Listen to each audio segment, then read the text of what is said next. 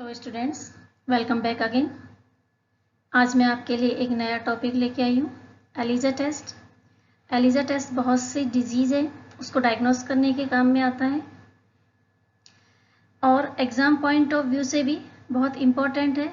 इससे related question बहुत आते हैं DMLT के एग्ज़ाम में। तो हम जान लेते हैं सबसे पहले कि एलिजा टेस्ट होता क्या है। तो सबसे पहले हम देखते हैं इसकी फुल फॉर्म। इसकी फुल फॉर्म क्या होती है? इसकी फुल फॉर्म होती है एंजाइम लिंक्ड इम्यूनोसॉर्बेंट एसे। तो एलिजा को पूरी तरह समझने के लिए हम इसकी फुल फॉर्म ही देखते हैं कि इसकी फुल फॉर्म में ही क्या इसकी सारी कहानी छुपी हुई है, एंजाइम लिंक्ड इम्यूनोसॉर्बेंट एसे। ठीक है, तो इसके इंट्रोडक्शन में देखते हैं हम सबसे पहले कि इसकी फुल फॉर्म का क्या मीन। इम्यूनो से मतलब क्या होता है? इम्यूनो से मतलब हमारे एक दिमाग में आ जाती है कि इसमें क्या होती है, एंटीजन एंटीबॉडीज की क्या होगी, रिएक्शन होती है। जैसा कि हम पहले जो इम्यूनिटी का जो चैप्टर था उसमें पहले आपको डिस्कस करवा चुके हैं कि आखिर इम्यूनिटी होती क्या है या इम्यून रेस्पॉन्स कैसे करता है हमारी बॉडी में। एक बार दोबारा से रिकैप देख लेते हैं कि जब भी कोई एंटीजन है हमारी बॉडी में क्या करता है, एंटर करता है, तो क्या करता है, हमारा इम्यून सिस्टम रेस्पॉन्स करने लग जाता है और उसके अगेंस्ट क्या बनाने लग जाएगा, एंटीबॉडीज बनाने लग जाता है। और वो एंटीबॉडी जो स्टार्टिंग में बनी है उनको हम बोलते हैं प्राइमरी एंटीबॉडीज।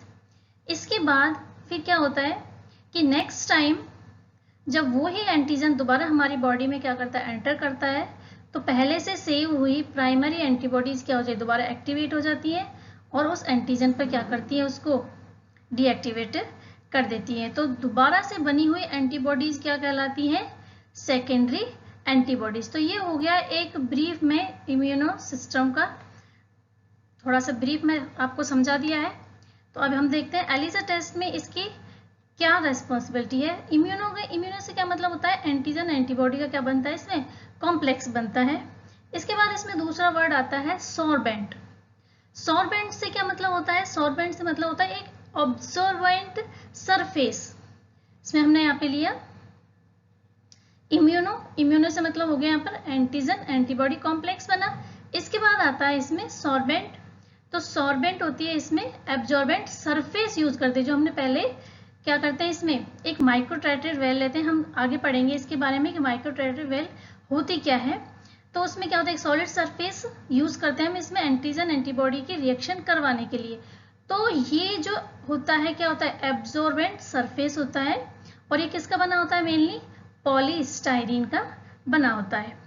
नेक्स्ट आता है इसमें एंजाइम लिंक्ड एंटीबॉडीज। इस रिएक्शन में इस टेस्ट में क्या लेते हैं हम, दूसरा एंजाइम लिंक्ड एंटीबॉडीज यूज करते हैं। तो इसमें क्या हो गया, एक एंजाइम लिंक्ड एंटीबॉडीज किस पर रिएक्ट करता है, एक एंटीजन या एंटीबॉडी जो किस पर लगा रहता है, एब्जॉर्बेंट सरफेस जो किसकी बनी होती है, पॉलीस्टाइरीन की बनी होती है। उसमें आपस में क्या होती है, रिएक्शन होती है और उसके बाद हमें देखने को मिलता है टेस्ट के बारे में। तो हम कह सकते हैं क्या, ये कौन सी टेक्निक हो गई, एक sensitive technique to detect presence of antigen antibody. ठीक है, नाउ अब नेक्स्ट पॉइंट हमारा आता है कि ये जो एलिजा टेस्ट है वो क्या है, क्वालिटेटिव और क्वांटिटेटिव। मतलब क्वालिटिव भी है और क्वांटिटेटिव है। क्वालिटिव का मतलब क्या होता है कि ऐसा टेस्ट है जिससे क्या पता चलता है, टाइप ऑफ एंटीजन और एंटीबॉडी के बारे में पता चलता है, या हम कह सकते हैं कि जिससे पॉजिटिव और नेगेटिव के बारे में पता चलता है कि एंटीजन प्रेजेंट है या एब्सेंट है, या टाइप ऑफ एंटीजन मतलब किस टाइप का एंटीजन है, वायरस का है, बैक्टीरिया का है या कोई और दूसरे पैथोजेंस का है। ठीक है, और एंटीबॉडीज कौन से टाइप की है, जैसे IgA है या IgM है, कौन सी टाइप की इसमें एंटीबॉडीज है। तो इससे हमें किससे पता चलता है, क्वालिटेटिव से। नेक्स्ट हमारा आता है क्वांटिटेटिव। किस तरह से हो गया, क्वांटिटेटिव का मतलब होता है कि कंसंट्रेशन ऑफ एंटीजन और एंटीबॉडी के, एंटीजन और एंटीबॉडी की कंसंट्रेशन कितनी है, इसमें उसकी अमाउंट या मात्रा कितनी पाई जाती है, तो इसको हम बोलते हैं क्वांटिटेटिव टेस्ट। तो एलिजा जो टेस्ट है वो दोनों टाइप्स का है, क्वालिटेटिव भी है और क्वांटिटेटिव भी टेस्ट है। इसके बाद जो एलिजा टेस्ट है, मोस्ट ऑफ डिजीज जैसे HIV हो गया, रोटा वायरस है, सिफिलिस है या जीका वायरस है, इसमें क्या करते हैं, ये कंफर्मेटिव टेस्ट किसके द्वारा किया जाता है, एलिजा टेस्ट के द्वारा ही किया जाता है। नेक्स्ट अब हम देखते हैं कि क्या होती है, एलाइजा किट होती है, उसमें क्या क्या मटेरियल यूज में आते हैं और किस किस तरह से वो फंक्शन करते हैं। तो सबसे पहले जो एक एलाइजा किट होती है उसमें क्या आता है, एक माइक्रोटाइट्रेट वेल आती है, जैसे कि आपको ये डायग्राम में दिख रहा है माइक्रोटाइट्रेट वेल। इसमें क्या होते हैं, 96 वेल होते हैं। ये होते हैं इसमें गड्ढे, जिसको हम गड्ढे बोल सकते हैं। वो कितने होते हैं, 96 वेल होते हैं। मतलब ये वर्टिकली कितने हो गए, 8, और हॉरिजॉन्टल कितने हो गए इसमें, 12। तो कुल मिलाकर के कितने हो गए, 96 वेल हो गए। एक वेल में जो अमाउंट आती है किसी भी मटेरियल की वो कितनी होती है, 350 माइक्रोलीटर 350 माइक्रोलीटर तक इसमें कोई भी मटेरियल की है, कोई भी जो लिक्विड हम इसमें लेते हैं उसकी मात्रा आती है। ये तो हो गई इसमें माइक्रोटाइट्रेट वेल हो गई। इसके बाद आता है इस किट में एक होता है बफर सॉल्यूशन। ठीक है, बफर सॉल्यूशन लाते हैं जो इसको वॉशिंग करने के काम में आता है, जो आगे हम पढ़ेंगे इसके टेस्ट की जो प्रोसीजर है उसमें। इसके बाद आता है इसमें एंजाइम कॉन्जुगेटेड एंटीबॉडीज होते हैं इसमें। एंजाइम लिंक्ड भी बोल सकते हैं कि एंजाइम से लगे हुए क्या पाए जाते हैं, इसमें एंटीबॉडीज भी आते हैं। इसके बाद एक होता है इसमें सबस्ट्रेट होता है। अब इसमें दो वर्ड आए, एक तो एंजाइम और एक सबस्ट्रेट। तो मैं यहाँ पर आपको कुछ एंजाइम और उनके कुछ सबस्ट्रेट बताऊंगी, तो आप उनको याद करने की कोशिश करना, क्योंकि अगर उनको आप एग्जाम में लिखोगे तो उससे आपके मार्क्स वगैरह अच्छे आ जाएंगे। तो एंजाइम, पहला हम एंजाइम देखते हैं HRP जो एंजाइम है वो मोस्ट ऑफ यूज किया जाता है। इसकी फुल फॉर्म होती है हॉर्स रेडिस पेरोक्सीडेज एंजाइम है, इसलिए इसमें जो पीछे लगा हुआ क्या है, एज है। ठीक है, मतलब कोई सा भी एंजाइम हो उसमें जो सफिक्स लगा रहता है वो क्या होता है, एज। तो इसमें क्या हो गया, रेडिस पेरोक्सीडेज। इसका जो सबस्ट्रेट यूज करते हैं वो क्या होता है, H2O2 TMB, मतलब इसका फुल फॉर्म क्या हो गया, हाइड्रोजन पेरोक्साइड, और TMB की क्या होगी, टेट्रा मिथाइल बेंजाडाइन। नेक्स्ट जो सबस्ट्रेट होता है वो होता है ALP, एल्केलाइन फॉस्फेटेज।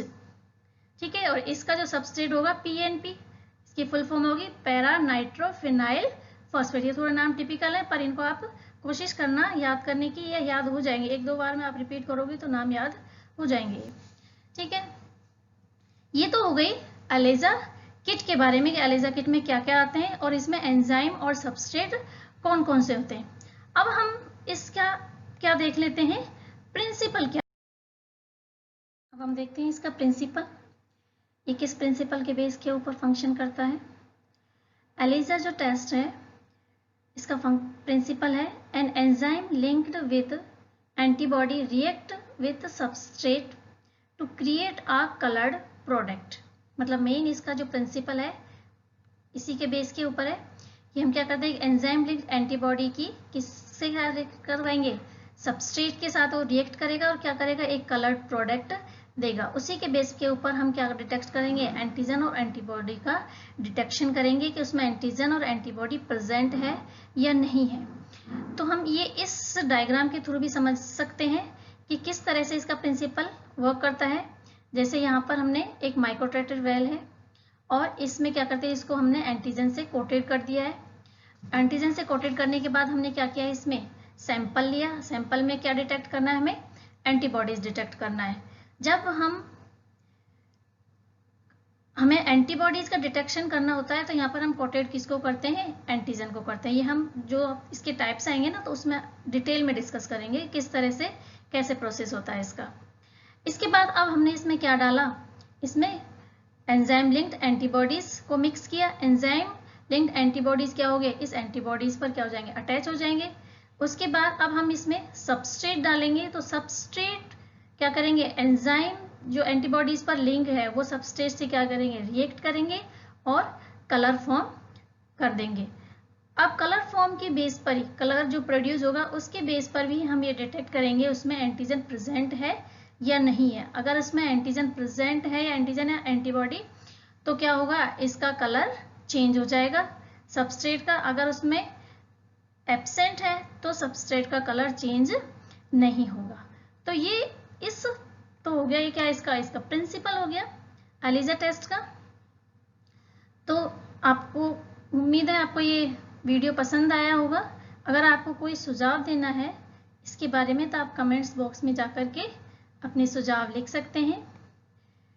आज के वीडियो में मैं इतना ही। नेक्स्ट वीडियो इसके टाइप्स के बारे में हम डिस्कस करेंगे कि इसके कौन कौन से टाइप्स होते हैं और उनका प्रोसीजर क्या है। आज के लिए इतना ही। Thank you.